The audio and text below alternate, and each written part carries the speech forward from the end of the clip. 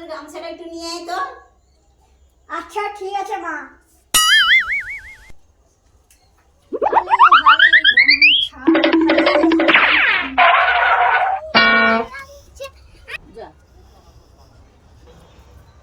হালি হালি রঙের গামছাটা আবার কি?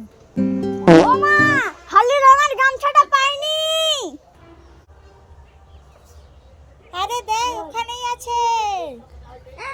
এখানেই আছে কিন্তু এখানে কোথায়? হালি রঙের গামছাটা কোথায় যে আছে?